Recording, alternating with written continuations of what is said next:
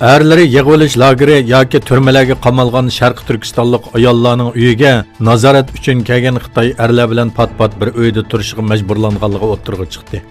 Erkin Asiya radiosuning Uyg'urcha bo'limining xabar qilishicha, Xitoy doiralari atalmish madaniyat almashtirish va qo'shmoq oila nomi ostida Xitoy Kommunist partiyasi a'zolarini Uyg'ur va boshqa musulmonlarning uylariga avatadi. Soni 1 milliondan oshadigan bu kadrlar qarallik holda bu uylarni ziyorat qilib, oyda oz deganda 8 qatim ular bilan birga turdi. Kishilik huquq tashkilotlari Uyg'ur oilalarining bu ziyoratga norozilik bildirmaganligining nazardan soqit qilinganligini ta'kidladi. Yana bir tarafdan Xitoyning atalmish Xinjiang gazetining xabar qilishicha, o'tgan 11 oyda jami 1 million 120 ming kadr rayondagi har millatdan bo'lgan 1 million 690 ming uyda turishga avatilgan.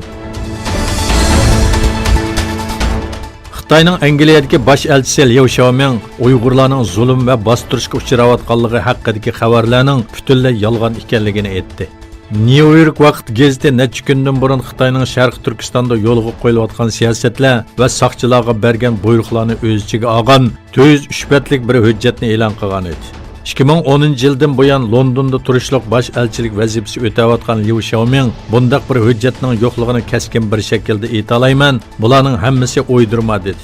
Beijing doiralari bu hujjatlarning borlig'ini inkor qilmagan, lekin bularning reallikdan chetnagan betaraflama qarashlar ekanligini aytgan edi.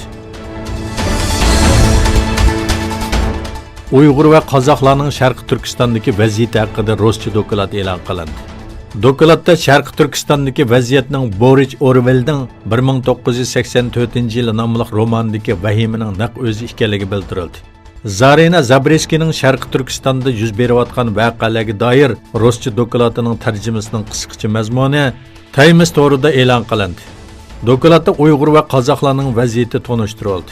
12 yoshdan 65 yoshgacha bo'lgan barliq Uyg'ur va qozoqlarning biologiyalik bosh rasmi, badan rasmi, DNA avrishkisi, ovoz avrishkisi va barmoq izining to'planganligi har 200 metrda birdan kuzatish nuqtasi qurilganligi ta'kidlandi.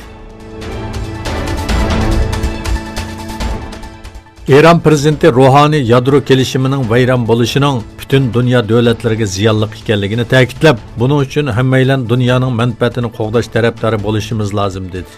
Prezident mahkamasi e'lon qilgan bayonotga asoslanganda, Ruhani Avstraliyaning Tehronda turishliq yangi bosh elchisining maktubini qabul qilganda, Amerika dunyoning rahbari emasligini bilishi lozim. Amerika boshqa davlatlarga o'xshashla bir davlat dedi. Xitoy hukumat manbalari Beijing doiralarining savdo kelishimiga bo'lgan pozitsiyasi Amerika prezidenti Donald Trampning tambojni bejini bekor qilishga qarta so'g'uq muomala qilish sababli salbiy ekanligini bildirdi. Amerika va Xitoy oktyabrning 5-ida qisman temalarda kelishim hosil qilish haqida kelishgan edi. Xitoy kelishimining bir qismi sifatida ikki davlatning bir-biriga qo'ygan tambojni bojlarini qaytarib olishni talab qilgan edi.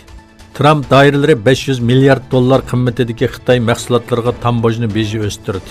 Xitoy bo'lsa 110 milliard dollar qimmatidagi Amerika meliga qo'yilgan bojni o'stirdi.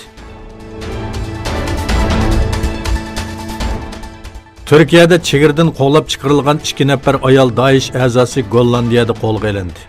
Gollandiya adliya organlari e'lon qilgan yozma bayonotda Suriyadan Turkiyaga kirgan va u yerdan qo'g'lab chiqarilgan 2 nafar ayol Daeshning seshanba kuni kechda Amsterdam Schiphol aerodromida qo'lga olinganligi bildirildi. Bayonotda 3 va 4 yoshli bolalar bor bo'lgan 25 yoshli bir ayolning oktyabrda Gollandiyaning Anqaradagi bosh elchixonasiga iltimos qilganligi, yana bir ayolning bo'lsa 2018-yil yanvarda Turkiyada qo'lga olinganligi bildirildi.